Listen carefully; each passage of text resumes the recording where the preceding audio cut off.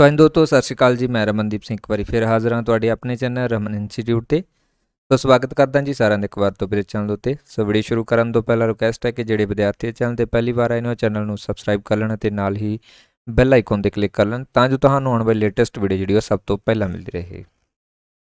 ਸੋ ਅੱਜ ਦੀ ਇਸ ਕਲਾਸ ਦੇ ਵਿੱਚ ਜੋ ਲਾਸਟ ਹੀ ਸਾਡਾ 30 ਤਰੀਕ ਨੂੰ ਪੇਪਰ ਹੋਇਆ ਹੈ ਜੀ, 30 ਅਪ੍ਰੈਲ 2023 ਨੂੰ ਪੀਐਸ ਟੈਟ ਦਾ। ਓਕੇ, ਸੋ ਪੀਐਸ ਟੈਟ ਪੇਪਰ ਸੈਕੰਡ, ਉਸ ਦੀ ਆਪਾਂ ਪਹਿਲੀ ਜਿਹੜੀ ਹੈ ਯਾਨੀ ਕਿ 1 ਤੋਂ 90 ਤੱਕ ਵਾਲਾ ਜਿਹੜਾ ਹੈ ਪਾਰਟ ਹੈ ਉਸ ਨੂੰ ਆਪਾਂ ਕਲਾਸ ਨੂੰ ਅਪਲੋਡ ਕਰ ਦਿੱਤਾ ਹੈ। ਸੋ ਇਸ ਸੈਕੰਡ ਪਾਰਟ ਹੈ ਜੀ ਪੀਐਸ ਟੈਟ ਦਾ, ਜੋ ਕਿ ਐਸਐਸਟੀ ਦੇ ਨਾਲ ਸੰਬੰਧਿਤ ਹੈ। ਓਕੇ, ਸੋ 60 ਕੁਐਸਚਨ ਨੇਗੇ ਜੋ ਕਿ ਲਗਭਗ ਜਿਹੜੇ ਹੈ ਸਾਈਕੋ ਦੇ ਨਾਲ ਹੀ ਰਿਲੇਟਡ ਰਹੇ ਹੈਗੇ ਨੇ। ਸੋ ਕੁਝ ਕੁ ਹੱਦ ਤੱਕ ਜਿਹੜਾ ਹੈ ਤਕਰੀਬਨ ਐਸਐਸਟੀ ਹੈ, ਬਾਕੀ ਸਾਰੀ ਦੀ ਸਾਰੀ ਜਿਹੜਾ ਤਕਰੀਬਨ ਉਹਨਾਂ ਨੇ ਸਾਈਕੋ ਨੂੰ ਕਵਰ ਕੀਤਾ ਹੈਗਾ। ਜਾਣੀ ਕਿ ਇਹ ਕਹਿ ਸਕਦੇ ਹਾਂ ਕਿ ਇੱਕ ਲੈਵਲ ਦਾ ਹਾਈ ਲੈਵਲ ਦਾ ਜਿਹੜਾ ਆਪਾਂ ਇਹਦੇ ਵਿੱਚ ਕਹਿ ਸਕਦੇ ਹਾਂ, ਜੋ ਹੋ ਸਕਦਾ ਕਿ ਨਵੇਂ ਬੱਚੇ ਲਈ ਕਿਤੇ ਨਾ ਕਿਤੇ ਪ੍ਰੋਬਲਮ ਰਹੀ ਹੋਊਗੀ। ਓਕੇ, ਤਾਂ ਸ਼ੁਰੂ ਕਰਦੇ ਹਾਂ ਜੀ ਦਾ ਸੈਸ਼ਨ। ਸੋ ਆਨਸਰ ਕੀ ਹੈ ਜੀ, 2023 ਦਾ ਜਿਹੜਾ 30 ਅਪ੍ਰੈਲ 2023 ਨੂੰ ਇਹ ਪੇਪਰ ਹੋਇਆ ਸੀਗਾ। ਸੋ ਪਹਿਲਾ ਕੁਐਸਚਨ ਹੈ ਜੀ 91 ਨੰਬਰ, ਔਰ ਮੇਰੇ ਕੋਲ ਸੈੱਟ ਜਿਹੜਾ ਹੈ ਉਹ ਸੀ ਹੈ। ਸੋ ਤੁਸੀਂ ਆਪਣੇ ਸੈੱਟ ਦੇ ਅਕੋਰਡਿੰਗ ਜਿਹੜਾ ਇਸ ਨੂੰ ਠੀਕ ਕਰ ਲਿਓ, ਮੀਨਸ ਕਿ ਕੁਐਸਚਨ ਇੱਧਰ ਉੱਧਰ ਹੁੰਦੇ ਆ, ਵੈਸੇ ਕੁਐਸਚਨ ਸੇਮ ਹੀ ਹੁੰਦੇ ਆ। ਓਕੇ, ਸੋ ਹੂ ਐਡਿਟ ਮਰਾਠੀ ਨਿਊਜ਼ਪੇਪਰ ਕੇਸਰੀ। ਸੋ ਮਰਾਠੀ ਅਖਬਾਰ ਹੈ ਕੇਸਰੀ, ਇਸ ਦਾ ਸੰਪਾਦਕ ਕਿਸ ਨੇ ਕੀਤਾ ਸੀਗਾ? ਬਾਲ ਗੰਗਾਧਰ ਤਿਲਕ ਨੇ ਕੀਤਾ ਸੀਗਾ ਜਿਸ ਨੇ। ਔਰ ਪੰਜਾਬ ਕੇਸਰੀ ਇੱਕ ਉਹ ਲਾਲਾ ਲਾਜਪਤ ਰਾਏ ਨੂੰ ਕਿਹਾ ਜਾਂਦਾ, ਇਸ ਕਰਕੇ ਇਹਨਾਂ ਨੇ ਆਪਸ਼ਨ ਵੀ ਦਿੱਤਾ ਸੀਗਾ ਤੇ ਕਈ ਸਾਰੇ ਸਟੂਡੈਂਟਸ ਨੇ ਹੋ ਸਕਦਾ ਕਿ ਇਹਦੇ ਵਿੱਚ ਇਸ ਤਰ੍ਹਾਂ ਦੀ ਮਿਸਟੇਕ ਕੀਤੀ ਹੋਵੇ, ਬਟ ਕੇਸਰੀ ਨਿਊਜ਼ਪੇਪਰ ਜਿਹੜਾ ਹੈ ਉਸ ਨੂੰ ਐਡਿਟ ਕੀਤਾ ਗਿਆ ਸੀ ਬਾਲ ਗੰਗਾਧਰ ਤਿਲਕ ਦੇ ਦੁਆਰਾ, ਯਾਨੀ ਕਿ ਇਹ ਆਨਸਰ ਇਸ ਦਾ ਕਰੈਕਟ ਰਹੂਗਾ। ਓਕੇ, ਦੂਸਰਾ ਕੁਐਸਚਨ ਹੈ ਜੀ ਸਾਡੇ ਕੋਲੇ ਮਲਾਨਚੰਦ ਸੀਗਾ, ਜਿਸ ਦੇ ਵਿੱਚ ਪੁੱਛਿਆ ਗਿਆ ਸੀਗਾ ਕਿ ਜਿਹੜੇ ਰਾਖਵੇਂ ਜੰਗਲ ਨੇਗੇ ਇਹ ਕਿਸ ਦੇ ਨਾਲ ਸੰਬੰਧਿਤ ਨੇ ਜੀ। ਸੋ ਰਾਖਵੇਂ ਜੰਗਲ ਜਿਹੜੇ ਹੈਗੇ ਆ ਇਹ ਜੰਗਲਾਂ ਨੂੰ ਅਤੇ ਜੰਗਲੀ ਜੀਵਾਂ ਨੂੰ ਬਚਾਉਣ ਵਾਲੇ ਸਾਧਨਾਂ ਦੇ ਸੰਦਰਭ ਦੇ ਵਿੱਚ ਜਿਹੜੇ ਜੰਗਲ ਸਭ ਤੋਂ ਵੱਧ ਅਹਿਮ ਮੰਨੇ ਜਾਂਦੇ ਆ, ਸੋ ਉਸ ਨੂੰ ਕਹਿੰਦੇ ਹੈਗੇ ਹੈਗੇ। ਓਕੇ, ਔਰ ਬੀ ਆਪਸ਼ਨ ਜਿਹੜਾ ਕਿ ਸੁਰੱਖਿਅਤ ਜੰਗਲ ਨੇ ਜੀ, ਇਹਨਾਂ ਨੂੰ ਕਿਹਾ ਜਾਂਦਾ ਹੈ ਜੰਗਲ ਅਤੇ ਵਾਧੂ ਭੂਮੀ ਜੋ ਸਰਕਾਰ ਅਤੇ ਨਿੱਜੀ ਵਿਅਕਤੀਆਂ ਅਤੇ ਸਮੁਦਾਵਾਂ ਦੇ ਨਾਲ ਸੰਬੰਧਿਤ ਨੇਗੇ। ਅਣਵਰਗੀ ਸੌਰੀ ਪੀ ਵਾਲਾ ਡੀ ਨਾਲ ਆਉਣਾ, ਸੀ ਨਾਲ ਆਉਣਾ। ਹਾਂਜੀ ਜੀ, ਸੋ ਇਹ ਜਿਹੜਾ ਹੈ ਇਹਦੇ ਵਿੱਚ ਉਹ ਬੀ ਨਾਲ ਜੁੜਦਾ ਸੀ ਇਹਦੇ ਵਿੱਚੋਂ, ਠੀਕ ਹੈ, ਔਰ ਬੀ ਜਿਹੜਾ ਹੈ ਇਹ ਸੀ ਨਾਲ ਜੁੜਦਾ ਸੀਗਾ ਅਤੇ ਸੀ ਸੀਗਾ ਜਿਹੜਾ ਉਹ ਏ ਦੇ ਨਾਲ ਜੁੜਦਾ ਸੀਗਾ, ਠੀਕ ਹੈ। ਸੋ ਸੁਰੱਖਿਅਤ ਜੰਗਲ ਹੋਰ ਵਧੇਰੇ ਨੁਕਸਾਨ ਤੋਂ ਸੁਰੱਖਿਅਤ ਕੀਤੀਆਂ ਜੰਗਲ ਭੂਮੀਆਂ ਦੇ ਲਈ, ਅਤੇ ਅਣਵਰਗੀ ਜੰਗਲ ਅਤੇ ਵਾਧੂ ਭੂਮੀ ਤੇ ਸਰਕਾਰੀ ਨਿਯਮਾਂ ਦੇ ਅਧੀਨ ਆਉਂਦੇ ਸੀ। ਇਸ ਕਾਰਨ ਕਰਕੇ ਦਾ ਆਨਸਰ ਜਿਹੜਾ ਹੈ ਉਹ ਏ ਕਰੈਕਟ ਜਿਹੜਾ ਹੈ ਰਹਿਣਾ ਸੀਗਾ, ਭਾਵ ਇਹ ਸਹੀ ਹੈ। ਨੈਕਸਟ ਹੈ ਜੀ, ਨਿਮਨਲਿਖਤ ਦੇ ਵਿੱਚੋਂ ਕਿਹੜੀਆਂ ਚਟਾਨਾਂ ਦੀਆਂ ਪਰਤਾਂ ਦੇ ਵਿੱਚ ਖਣਿਜ ਜਮ੍ਹਾਂ ਤੇ ਸੰਗ੍ਰਹਿਤ ਮਿਲਦੇ ਹਨ? ਮਿਨਰਲਸ ਜਿਹੜੇ ਹੈਗੇ ਨੇਗੇ ਉਹ ਕਿਹੜੀ ਲੇਅਰ ਦੇ ਵਿੱਚ ਹੈ ਜੀ ਸਾਡੀ ਧਰਤੀ ਦੇ? ਸੋ ਸੈਡੀਮੈਂਟਰੀ ਰੌਕਸ ਜਿਹੜੀਆਂ ਨੇ ਇਹਨਾਂ ਦੇ ਵਿੱਚ ਮੌਜੂਦ ਨੇ, ਜੋ ਕਿ ਸਭ ਤੋਂ ਉੱਪਰਲੀਆਂ ਪਰਤਾਂ ਦੇ ਵਿੱਚੋਂ ਆ ਜਾਂਦੇ ਹੈਗੇ। ਸੋ ਉਸ ਪਰਤ ਦੇ ਵਿੱਚ ਇਹ ਸਾਰੇ ਮਿਨਰਲਸ ਜਿਹੜੇ ਮੌਜੂਦ ਹੁੰਦੇ ਆ, ਯਾਨੀ ਕਿ ਇਹ ਆਨਸਰ ਕਰੈਕਟ ਹੈ। ਓਕੇ, ਨੈਕਸਟ ਹੈ ਜੀ 94 ਨੰਬਰ, ਕਿਹੜੇ ਅੰਦੋਲਨ ਨੇ ਹਿਮਾਲਿਆ ਖੇਤਰ ਦੇ ਵਿੱਚ ਜੰਗਲਾਂ ਦੀ ਕਟਾਈ ਦਾ ਵਿਰੋਧ ਕੀਤਾ ਸੀਗਾ ਜੀ? ਸੋ ਇਹ ਸੀਗਾ ਸੀ ਆਪਸ਼ਨ ਚਿਪਕੋ ਅੰਦੋਲਨ, ਜਿਹੜਾ ਕਿ 1970 ਦੇ ਦੌਰਾਨ ਜਿਹੜਾ ਉੱਤਰਾਖੰਡ ਦੇ ਵਿੱਚ ਸ਼ੁਰੂ ਹੋਇਆ ਸੀ ਹਿਮਾਲਿਆ ਪਰਬਤ ਦੇ ਦਰਖਤਾਂ ਨੂੰ ਬਚਾਉਣ ਦੇ ਲਈ। ਨੈਕਸਟ ਹੈ ਜੀ 95 ਨੰਬਰ, ਕਿਹੜੇ ਉਦਯੋਗ ਦੇ ਵਿੱਚ ਸਥਾਨਕ ਕੱਚੇ ਮਾਲ ਦੀ ਵਰਤੋਂ ਨਾਲ ਅਤੇ ਅਰਧ ਨਿਪੁੰਨ ਮਜ਼ਦੂਰਾਂ ਨਾਲ ਉਤਪਾਦਨ ਕਰਨਾ ਅਤੇ ਸਥਾਨਕ ਖਰੀਦ ਸ਼ਕਤੀ ਨੂੰ ਵਧਾਉਣ ਦੇ ਨਾਲ ਜੁੜਿਆ ਹੋਇਆ ਹੈ? ਸੋ ਇਹ ਹੈ ਬੀ ਆਪਸ਼ਨ ਜੀ, ਛੋਟੇ ਪੱਧਰ ਦੇ ਜਿਹੜੇ ਉਦਯੋਗ ਨੇ ਉਹਨਾਂ ਦੇ ਵਿੱਚ ਹੀ ਕੱਚੇ ਮਾਲ ਦੀ ਜੋ ਸਥਾਨਕ ਤੌਰ ਦੇ ਉੱਪਰ ਲੋਕਲ ਏਰੀਆ ਦੇ ਵਿੱਚ ਪੈਂਦਾ ਹੈ ਉਹਦੀ ਰਾ ਮਟੀਰੀਅਲ ਦੀ ਗੱਲ ਕੀਤੀ ਹੈ। ਅਰਧ ਸਕਿਲਡ ਮਜ਼ਦੂਰ ਹੁੰਦੇ ਆ ਉਹ ਵੀ ਛੋਟੇ ਪੱਧਰ ਉਦਯੋਗਾਂ ਦੇ ਵਿੱਚ ਹੀ ਕੰਮ ਕਰਦੇ ਹੈ ਤੇ ਉਤਪਾਦਨ ਸ਼ਕਤੀ ਦੇ ਨਾਲ ਸੰਬੰਧਿਤ ਨੇਗੇ, ਤੇ ਸਥਾਨਕ ਖਰੀਦ ਸ਼ਕਤੀ ਨੂੰ ਵਧਾਉਣ ਦੇ ਨਾਲ ਜੁੜਿਆ ਹੋਇਆ ਉਹ ਛੋਟੇ ਉਦਯੋਗਾਂ ਦੇ ਜਾਂ ਛੋਟੇ ਪੱਧਰ ਦੇ ਜਿਹੜੇ ਹੈ ਉਦਯੋਗ ਆ ਜਾਂਦੇ ਹੈਗੇ ਆ। ਓਕੇ, ਅੱਗੇ ਹੈ ਜੀ ਨਿਮਨਲਿਖਤ ਦੇ ਵਿੱਚੋਂ ਕਿਹੜੀ ਬੰਦਰਗਾਹ ਅਜਿਹੀ ਸੰਗ੍ਰਹਿ ਕਰਨ ਇਕਾਈ ਦੇ ਤੌਰ ਤੇ ਕੰਮ ਕਰਦੀ ਹੈ ਜਿੱਥੇ ਦੂਸਰੇ ਦੇਸ਼ਾਂ ਤੋਂ ਨਿਰਯਾਤ ਲਈ ਵਸਤੂਆਂ ਲਿਆਂਦੀਆਂ ਜਾਂਦੀਆਂ ਨੇ? ਸੋ ਇਹ ਹੈ ਜੀ ਪੋਰਟ, ਜਿੱਥੇ ਕਿ ਦੂਸਰੇ ਦੇਸ਼ਾਂ ਤੋਂ ਲਿਆ ਕੇ ਜਿਹੜੀਆਂ ਵਸਤੂਆਂ ਨੇ ਉਹਨਾਂ ਨੂੰ ਨਿਰਯਾਤ ਕੀਤਾ ਜਾਂਦਾ, ਐਕਸਪੋਰਟ ਕੀਤਾ ਜਾਂਦਾ, ਭਾਵ ਬਾਹਰ ਭੇਜਿਆ ਜਾਂਦਾ ਹੈ। ਓਕੇ, ਅੱਗੇ ਹੈ ਜੀ ਮਨੁੱਖੀ ਵਿਕਾਸ ਦੀਆਂ ਪਹੁੰਚ ਵਿਧੀਆਂ ਦੇ ਸੰਦਰਭ ਦੇ ਵਿੱਚ ਨਿਮਨਲਿਖਤ ਦੇ ਵਿੱਚੋਂ ਕਿਹੜਾ ਕਥਨ ਗਲਤ ਹੈ? ਸੋ ਇਹਨਾਂ ਦੇ ਵਿੱਚੋਂ 3 ਸਹੀ ਸੀਗੇ ਜੀ, ਔਰ ਬੀ ਆਪਸ਼ਨ ਇਹਨਾਂ ਦੇ ਵਿੱਚੋਂ ਗਲਤ ਸੀਗਾ। ਸੋ ਇਸ ਕਰਕੇ ਬੀ ਆਨਸਰ ਕਰੈਕਟ ਹੈ, ਕਿਉਂਕਿ ਕਲਿਆਣਕਾਰੀ ਪਹੁੰਚ ਵਿਧੀ ਜਿਹੜੀ ਹੈ ਇਹ ਡੀ.ਐਮ. ਸਮਿਥ ਦੇ ਨਾਲ ਜੁੜੀ ਹੋਈ ਹੈ। ਸੋ ਉਸ ਨੇ ਕਲਿਆਣਕਾਰੀ ਪਹੁੰਚ ਜਿਹੜੀ ਹੈ ਉਸ ਦੇ ਬਾਰੇ ਦੱਸਿਆ ਹੈਗਾ। ਸੋ ਇਸ ਕਰਕੇ ਬੀ ਕਰੈਕਟ ਆਨਸਰ ਸੀਗਾ ਜੀ, ਇਹ ਗਲਤ ਸੀਗਾ ਇਹਨਾਂ ਦੇ ਵਿੱਚੋਂ। ਅੱਗੇ ਹੈ ਜੀ ਨਿਮਨਲਿਖਤ ਦੇ ਵਿੱਚੋਂ ਕਿਹੜਾ ਲੋਹਮਈ ਖਣਿਜ ਹੈ ਜਿਹੜੇ ਕਿ ਫਿਊਰੀਅਸ ਮਿਨਰਲ ਭਾਵ ਲੋਹੇ ਦੇ ਤੱਤ ਵਾਲਾ ਹੈ। ਲਾਈਮਸਟੋਨ ਪੱਥਰ ਆ ਜਾਂਦਾ ਹੈ, ਅਬਰਕ ਰਬੜ ਦੀ ਤਰ੍ਹਾਂ ਹੋ ਜਾਂਦੀ ਹੈ, ਜਿਪਸਮ ਵੀ ਜਿਹੜਾ ਹੈ ਇੱਕ ਤਰ੍ਹਾਂ ਦਾ ਮਿਨਰਲਸ ਆ ਜਾਂਦਾ ਹੈ, ਬਟ ਮੈਗਨੀਜ਼ ਜਿਹੜਾ ਹੈ ਇਹ ਇੱਕ ਲੋਹੇ ਦੀ ਤਰ੍ਹਾਂ ਦਾ ਜਿਹੜਾ ਮਿਨਰਲਸ ਹੈ, ਇਸ ਕਰਕੇ ਸੀ ਆਨਸਰ ਇਸ ਦਾ ਕਰੈਕਟ ਰਹੂਗਾ।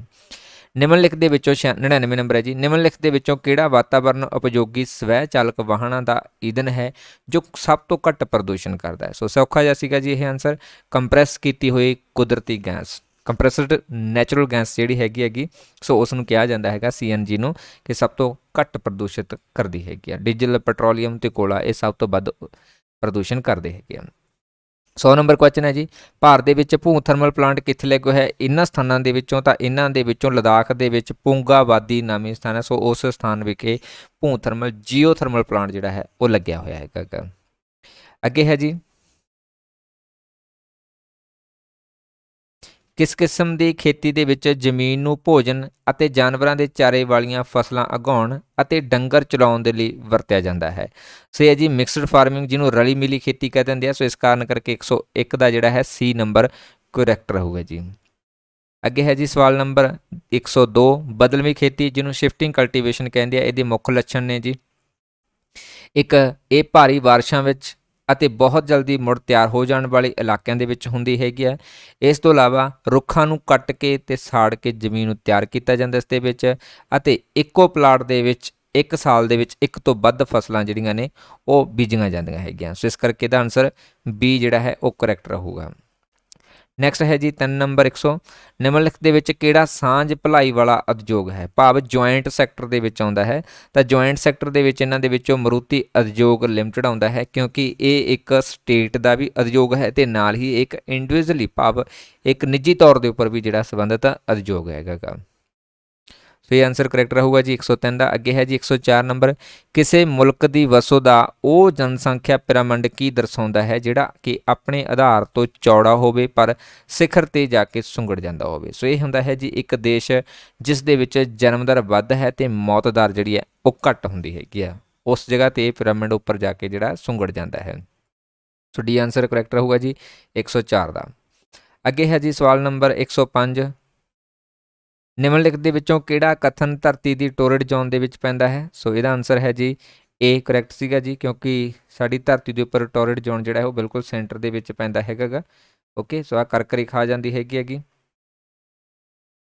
ਠੀਕ ਹੈ ਜੀ, ਔਰ ਇਹ ਆ ਜਾਂਦੀ ਹੈ ਮਕਰ ਰੇਖਾ। ਸੋ ਇਹਦੇ ਵਿਚਕਾਰਲਾ ਖੇਤਰ ਜਿਹੜਾ ਹੈਗਾ ਸੋ ਉਸ ਨੂੰ ਕਿਹਾ ਜਾਂਦਾ ਹੈਗਾ ਟੋਰਡ ਜ਼ੋਨ। ਸਾਰਾ ਖੇਤਰ ਜਿਹੜਾ ਇਸ ਦੇ ਵਿੱਚ ਆਉਂਦਾ, ਸੋ ਇਹਨਾਂ ਦੀ ਗੱਲ ਕੀਤੀ ਸੀ ਇਹਨਾਂ ਨੇ। ਇਹ ਆਨਸਰ ਕਰੈਕਟ ਰਹੂਗਾ ਜੀ 105 ਦਾ। ਅੱਗੇ ਹੈ ਜੀ 106 ਨੰਬਰ, ਧਰਤੀ ਦੀ ਪੇਪੜੀ ਦੇ ਵਿੱਚ ਕਿਹੜੇ ਖਣਿਜ ਮਿਲਦੇ ਨੇ ਜੀ? ਸੋ ਸਿਲਕਾ ਤੇ ਅਲਮੀਨੀਅਮ ਮਿਲਦੇ ਹੈਗੇ ਨੇਗੇ। ਓਕੇ, ਸਿਲਕਾ ਤੇ ਅਲਮੀਨੀਅਮ, ਇਸੇ ਕਾਰਨ ਕਰਕੇ ਹੀ ਇਸ ਪਰਤ ਨੂੰ ਸਿਆਲ ਦਾ ਨਾਮ ਦਿੱਤਾ ਜਾਂਦਾ ਹੈ, ਜਿੱਥੇ ਕਿ ਸਿਲਕਾ ਤੇ ਅਲਮੀਨੀਅਮ। ਸੋ ਇਹ ਆਨਸਰ ਕਰੈਕਟ ਰਹੂਗਾ ਜੀ 106 ਨੰਬਰ ਦਾ। ਅੱਗੇ ਹੈ ਜੀ 107 ਨੰਬਰ, ਨਿਮਨਲਿਖਤ ਦੇ ਵਿੱਚੋਂ ਕਿਹੜਾ ਨਾ ਮਿਲਵਰਤਨ ਅੰਦੋਲਨ ਵਾਪਸ ਲੈਣ ਦਾ ਕਾਰਨ ਬਣਿਆ ਸੀਗਾ ਜੀ? ਸੋ ਚੋਰਾ ਚੋਰੀ ਦੇ ਵਿੱਚ ਹਿੰਸਕ ਘਟਨਾ ਹੋਈ ਸੀ ਜਿਸ ਦੇ ਵਿੱਚ ਪੁਲਿਸ ਕਰਮਚਾਰੀਆਂ ਨੂੰ ਮਾਰ ਦਿੱਤਾ ਗਿਆ ਸੀਗਾ, ਜਿਸ ਤੋਂ ਬਾਅਦ ਮਹਾਤਮਾ ਗਾਂਧੀ ਨੇ ਜਿਹੜਾ ਹੈ ਆਪਣਾ ਨਾ ਮਿਲਵਰਤਨ ਅੰਦੋਲਨ ਵਾਪਸ ਲੈ ਲਿਆ ਸੀਗਾ। ਸੋ B ਆਨਸਰ ਕਰੈਕਟ ਰਹੂਗਾ 107 ਦਾ। ਅੱਗੇ ਹੈ ਜੀ 108 ਨੰਬਰ, 1905 ਦੇ ਵਿੱਚ ਕਿਸ ਨੇ ਗਿਆਨ, ਭੋਜਨ ਤੇ ਵਸਤਰਾਂ ਨੂੰ ਦਰਸਾਉਂਦਾ ਹੋਇਆ ਭਾਰਤ ਮਾਤਾ ਦਾ ਇੱਕ ਚਿੱਤਰ ਬਣਾਇਆ ਸੀਗਾ? ਤੇ ਸੀਗਾ ਅਵਨਿੰਦਰਾ ਨਾਥ ਟੈਗੋਰ। ਸੋ ਇਹਦੇ ਦੁਆਰਾ ਭਾਰਤ ਮਾਤਾ ਦਾ ਇੱਕ ਚਿੱਤਰ ਬਣਾਇਆ ਗਿਆ ਸੀ ਜਿਸ ਦੇ ਵਿੱਚ ਗਿਆਨ, ਭੋਜਨ ਤੇ ਵਸਤਰਾਂ ਨੂੰ ਦਰਸਾਉਣ ਦੀ ਗੱਲ ਕੀਤੀ ਗਈ ਸੀ। 109 ਨੰਬਰ ਕੁਐਸਚਨ ਹੈ ਜੀ, ਕਾਨਪੁਰ ਦੀ ਮਿੱਲ ਦੇ ਇੱਕ ਮਜ਼ਦੂਰ ਕਾਸ਼ੀ ਬਾਬਾ ਦੁਆਰਾ ਲਿਖੀ ਗਈ ਕਿਤਾਬ ਜਿਹਦੇ ਵਿੱਚ ਛੋਟੇ ਔਰ ਬੜੇ ਕਾ ਸਵਾਲ ਦਾ ਮੁੱਖ ਵਿਸ਼ਾ ਕੀ ਰਿਹਾ ਹੈ? ਸੋ ਇਹਦਾ ਮੁੱਖ ਵਿਸ਼ਾ ਰਿਹਾ ਜਾਤੀ ਅਤੇ ਵਰਗ ਉਤਪੀੜਨ ਵਿਚਕਾਰ ਨਾਤਾ। ਓਕੇ, ਜਾਤੀ ਅਤੇ ਵਰਗ ਉਤਪੀੜਨ ਵਿਚਕਾਰ ਨਾਤਾ। ਸੋ B ਆਨਸਰ ਕਰੈਕਟ ਹੈ 109 ਦਾ।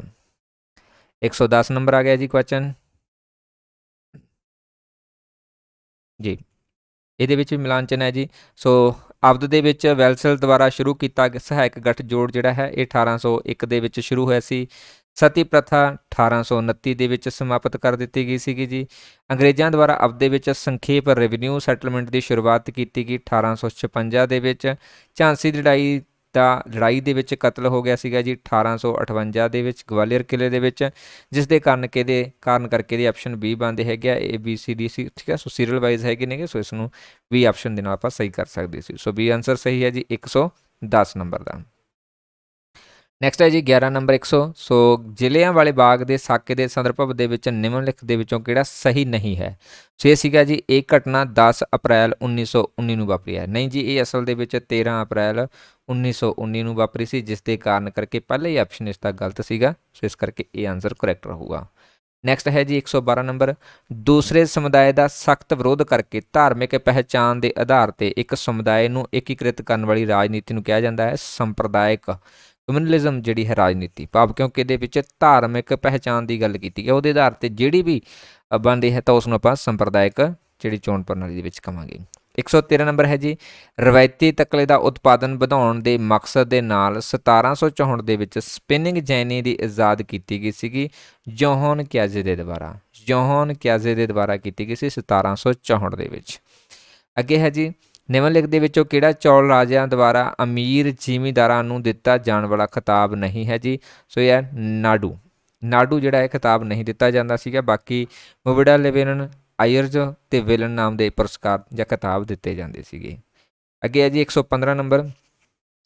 ਨਿਮਨਲਿਖਤ ਦੇ ਵਿੱਚੋਂ ਕਿਹੜਾ ਕਥਨ ਲੈਪਸ ਦੇ ਸਿਧਾਂਤ ਦੇ ਸੰਦਰਭ ਦੇ ਵਿੱਚ ਸਹੀ ਨਹੀਂ ਹੈ? ਸੋ ਇਹਦਾ ਆਨਸਰ ਵੀ ਇਹੀ ਹੈ ਜੀ। ਸੋ ਜੇਕਰ ਕੋਈ ਭਾਰਤੀ ਰਾਜਾ ਬਿਨਾਂ ਕਿਸੇ ਪੁਰਸ਼ ਵਾਰਿਸ ਦੇ ਮਰ ਜਾਂਦਾ ਹੈ ਤਾਂ ਉਸ ਦੀ ਰਿਆਸਤ ਲੈਪਸ ਹੋ ਜਾਵੇਗੀ, ਭਾਵ ਕੰਪਨੀ ਦੀ ਮਾਲਕੀ ਭੂਮੀ ਬਣ ਜਾਵੇਗੀ। ਸੋ ਇਸ ਕਰਕੇ ਇਹ ਆਨਸਰ ਕਰੈਕਟ ਹੈ ਜੀ 15 ਨੰਬਰ ਦਾ। 116 ਨੰਬਰ ਜੀ, ਮੁਗਲਾਂ ਦੇ ਸ਼ਾਸਨ ਦੌਰਾਨ ਰੁਤਬੇ, ਤਨਖਾਹਾਂ, ਫੌਜੀ ਜ਼ਿੰਮੇਵਾਰੀਆਂ ਨੂੰ ਨਿਸ਼ਚਿਤ ਕਰਨ ਦੇ ਲਈ ਮੁਗਲਾਂ ਦੇ ਦੁਆਰਾ ਕੀਤੀ ਦਰਜਾਬੰਦੀ ਵਿਵਸਥਾ ਦੇ ਵਿੱਚ ਇਹ ਸਭ ਇੱਕ ਅੰਕਿਕ ਇਕਾਈ ਦੁਆਰਾ ਨਿਰਧਾਰਿਤ ਕੀਤਾ ਜਾਂਦਾ ਸੀ, ਜਿਸ ਨੂੰ ਕਿਹਾ ਜਾਂਦਾ ਸੀਗਾ ਜੀ ਜੱਥ। ਜਿਸ ਨੂੰ ਕਿਹਾ ਜਾਂਦਾ ਸੀ ਜੱਥ। ਸੋ ਇਹ ਆਨਸਰ 116 ਦਾ ਸਹੀ ਰਹੂਗਾ। 117 ਨੰਬਰ। ਭਾਰਤੀ ਇਤਿਹਾਸ ਦੇ ਮੱਧਕਾਲੀਨ ਸਮੇਂ ਦੇ ਦੌਰਾਨ ਅਵਧ ਰਾਜ ਦਾ ਸੰਸਥਾਪਕ ਕੌਣ ਸੀ? ਸੋ ਬੀ ਆਨਸਰ ਕਰੈਕਟ ਹੈ ਜੀ ਬਹਾਉਦੀਨ ਉਲ ਮੁਲਕ ਸਆਦਤ ਖਾਨ। ਸੋ ਇਸ ਦੇ ਦੁਆਰਾ ਅਵਧ ਜਿਹੜਾ ਹੈ ਸਾਮਰਾਜ, ਉਸ ਦੀ ਸਥਾਪਨਾ ਕੀਤੀ ਸੀਗੀ ਮੱਧਕਾਲੀਨ ਇਤਿਹਾਸ ਦੇ ਵਿੱਚ। ਸੋ ਬੀ ਆਨਸਰ ਕਰੈਕਟ 117 ਦਾ।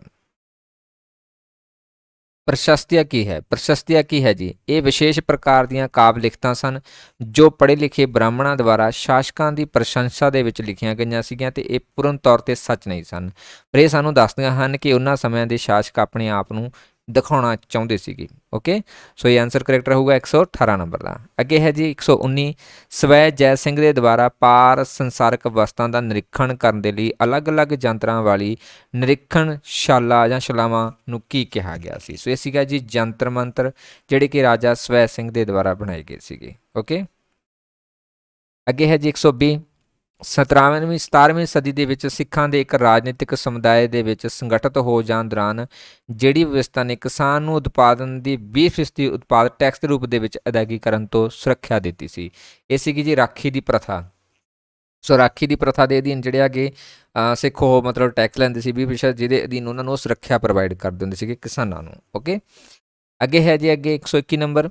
ਵਿਦਿਆਰਥੀਆਂ ਦੇ ਵਿੱਚ ਸੰਵਿਧਾਨਕ ਸੰਸਥਾਵਾਂ ਦੀ ਜਾਣਕਾਰੀ ਨੂੰ ਉਤਸ਼ਾਹਿਤ ਕਰਨ ਲਈ ਕਿਹੜੀ ਵਿਦਿਆ ਪੱਧਤੀ ਢੁਕਵੀਂ ਹੈ?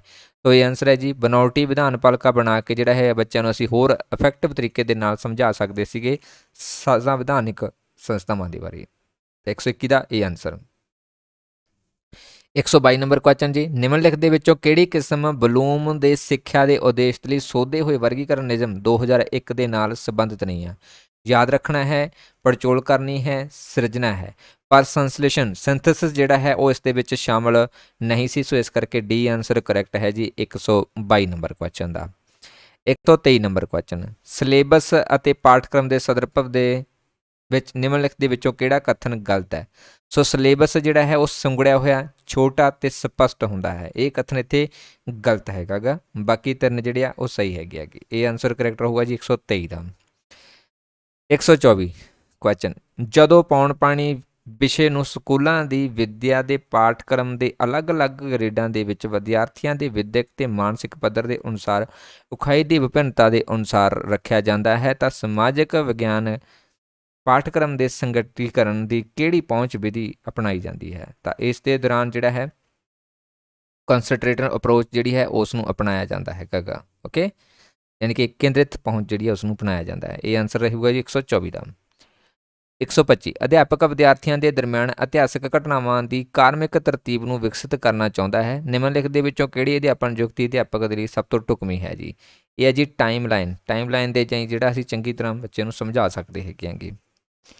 ਨੈਕਸਟ ਹੈ ਜੀ 126 ਨਿਮਨਲਿਖਤ ਦੇ ਵਿੱਚੋਂ ਕਿਹੜੀ ਕਿਸਮ ਵਿਦਿਅਕ ਅਤੇ ਹਦਾਇਤੀ ਟੀਚਿਆਂ ਦੇ ਸਾਈਕੋਮੈਟਰ ਡੋਮੇਨ ਨਾਲ ਸੰਬੰਧਿਤ ਹੈ ਜੀ? ਸੋ ਅਨੁਭਵਯੋਗ ਕਾਬਲੀਅਤ ਹੈ, ਪਰਸੈਪਚੁਅਲ ਐਬਿਲਿਟੀਜ਼ ਜਿਹੜੀਆਂ ਨੇ ਉਸ ਦੇ ਵਿੱਚ ਆਉਂਦੀਆਂ ਨੇ 126 ਨੰਬਰ ਦੇ ਵਿੱਚ। ਤੁਹਾਡੀ ਆਨਸਰ ਕਰੈਕਟ ਰਹੂਗਾ।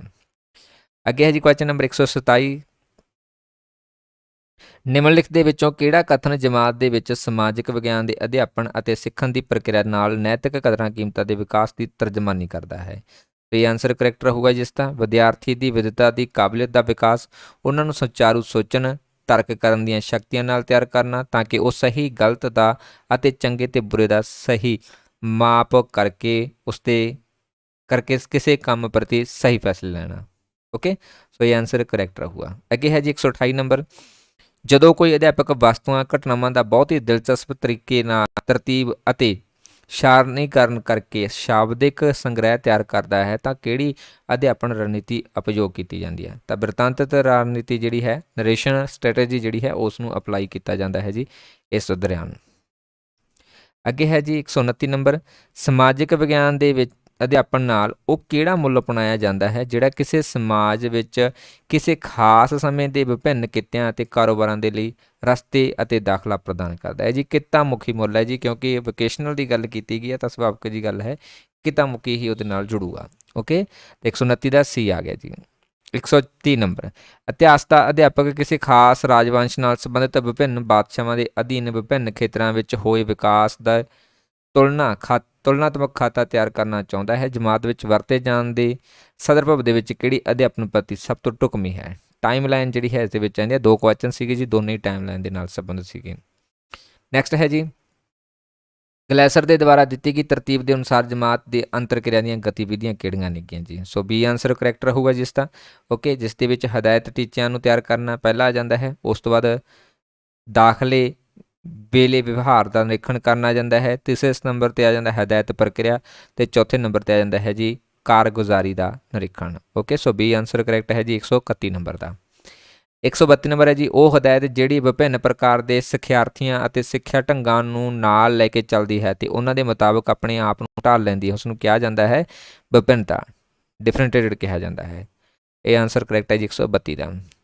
ਸਮਾਜਿਕ ਵਿਗਿਆਨ ਦੇ ਅਧਿਆਪਨ ਅਤੇ ਸਿੱਖਣ ਦੀ ਪ੍ਰਕਿਰਿਆ ਵਿੱਚ ਨਿਮਨਲਿਖਤ ਦੇ ਵਿੱਚ ਕਿਹੜੇ ਢੰਗ ਪਹਾੜੀ ਇਲਾਕਿਆਂ, ਭੂਗੋਲਿਕ ਇਮਾਰਤਾਂ ਦੇ ਸੈਰ ਸਪਾਟੇ ਦੀ ਇਜਾਜ਼ਤ ਦਿੰਦੇ ਆ ਜੀ?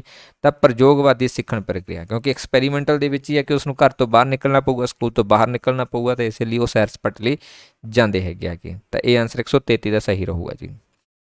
134 ਨੰਬਰ ਟੋਲੀ ਅਧਿਆਪਨ ਦੀ ਬੁਨਿਆਦੀ ਮੁੱਖ ਪੂਰਵ ਕਲਪਨਾ ਹੈ ਜੀ? ਸੀ ਆਨਸਰ ਕਰੈਕਟ ਰਹੂਗਾ ਬਹੁਤੇ ਚੰਗੇ ਅਧਿਆਪਕ ਵਧੇਰੇ ਵਿਦਿਆਰਥੀਆਂ ਦੁਆਰਾ ਸਾਂਝੇ ਕੀਤੇ ਜਾਣ। ਓਕੇ, ਯਾਨੀ ਕਿ ਚੰਗੇ ਅਧਿਆਪਕ ਆ ਜਿਹੜੇ ਉਹ ਵੱਧ ਤੋਂ ਵੱਧ ਬੱਚਿਆਂ ਨੂੰ ਪ੍ਰੋਵਾਈਡ ਕੀਤੇ, ਇਸ ਲਈ ਜਿਹੜਾ ਹੈ ਗਰੁੱਪ ਟੀਚਿੰਗ ਜਿਹੜੀ ਉਹ ਕੀਤੀ ਜਾਂਦੀ ਹੈਗੀ ਆ। ਓਕੇ, ਅੱਗੇ ਹੈ ਜੀ 135 ਨੰਬਰ ਜਮਾਤ ਵਿੱਚ ਵਿਸ਼ਾ ਵਸਤੂ ਨੂੰ ਤਸਵੀਰਾਂ, ਡਾਇਗਰਾਮਾਂ, ਗ੍ਰਾਫਾਂ, ਸਕੈਚਾਂ, ਭਾਸ਼ਾ ਦੇ ਨਾਲ ਦਰਸਾਉਣ ਲਈ ਆਮ ਤੌਰ 'ਤੇ ਕਿਹੜਾ ਚਾਰਟ ਵਰਤਿਆ ਜਾਂਦਾ ਹੈ ਜੀ? ਤਸਵੀਰ ਯੁਕਤ ਚਾਰਟ, ਜਿਹਨੂੰ ਪਿਕਚਰਲ ਚਾਰਟ ਕਿਹਾ ਜਾਂਦਾ, ਜਿਹਦੇ ਵਿੱਚ ਗ੍ਰਾਫ ਵੀ ਆ ਸਕਦੇ ਆ, ਸਕੈਚ ਵੀ ਆ ਸਕਦੇ ਆ, ਡਾਇਗਰਾਮਾਂ ਵੀ ਆ ਸਕਦੀਆਂ, ਤਸਵੀਰਾਂ ਵੀ ਆ ਸਕਦੀਆਂ ਅਤੇ ਭਾਸ਼ਾ ਨਾਲ ਸੰਬੰਧਿਤ ਵੀ ਚਾਰਟ ਬਣਾ ਕੇ ਪੇਸ਼ ਕਰ ਸਕਦੇ ਹਾਂ।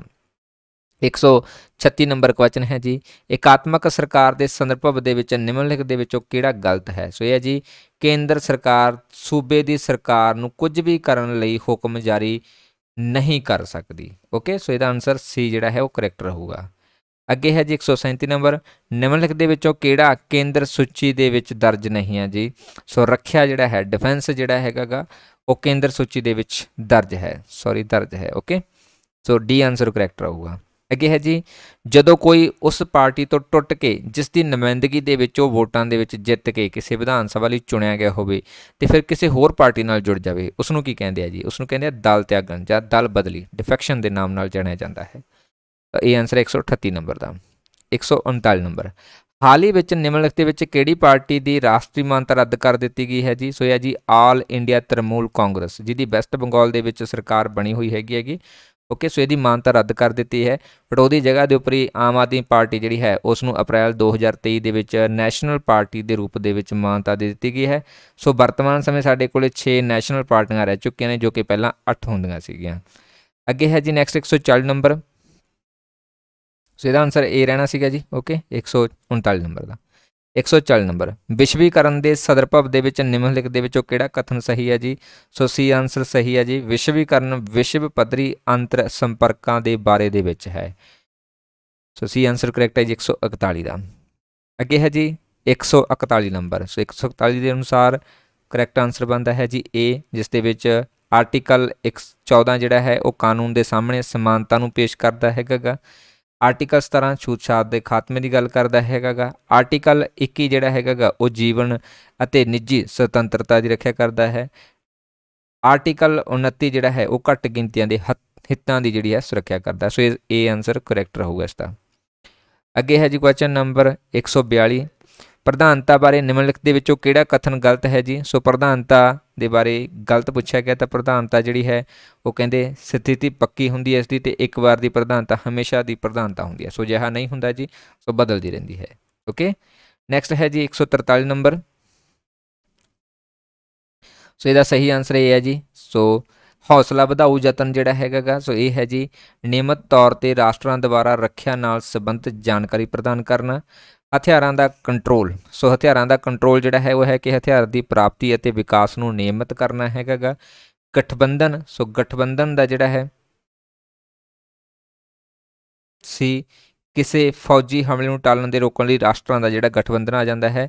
ਅਤੇ ਨਿਸ਼ਸਤਰੀਕਰਨ ਦਾ ਭਾਵ ਹੈ ਜੀ ਖਾਸ ਕਿਸਮ ਦੇ ਹਥਿਆਰਾਂ ਦਾ ਤਿਆਗ ਕਰਨਾ। ਸੋ ਇਹਦਾ ਸਹੀ ਆਨਸਰ ਇਹ ਹੋ ਜਾਣਾ 143 ਨੰਬਰ ਦਾ। ਸ਼ਾਰਕ ਦੀ ਪਹਿਲੀ ਗੋਸ਼ਟੀ ਕਿੱਥੇ ਕੀਤੀ ਗਈ ਸੀ ਜੀ? ਕਾਠਮੰਡੂ ਵਿਖੇ ਕੀਤੀ ਗਈ ਸੀਗੀ, ਅਤੇ ਇਹਦੀ ਸਥਾਪਨਾ ਜਿਹੜੀ ਹੈ ਉਹ ਢਾਕਾ ਵਿਖੇ ਕੀਤੀ ਗਈ ਸੀਗੀ, ਬਟ ਜਿਹੜੀ ਮੀਟਿੰਗ ਹੋਈ ਸੀਗੀ ਉਹ ਕਾਠਮੰਡੂ ਵਿਖੇ ਹੋਈ ਸੀਗੀ। ਓਕੇ ਸੋ ਇਹ ਆਨਸਰ ਕਰੈਕਟ ਰਹੂਗਾ ਜਿਸ ਦਾ। ਓਕੇ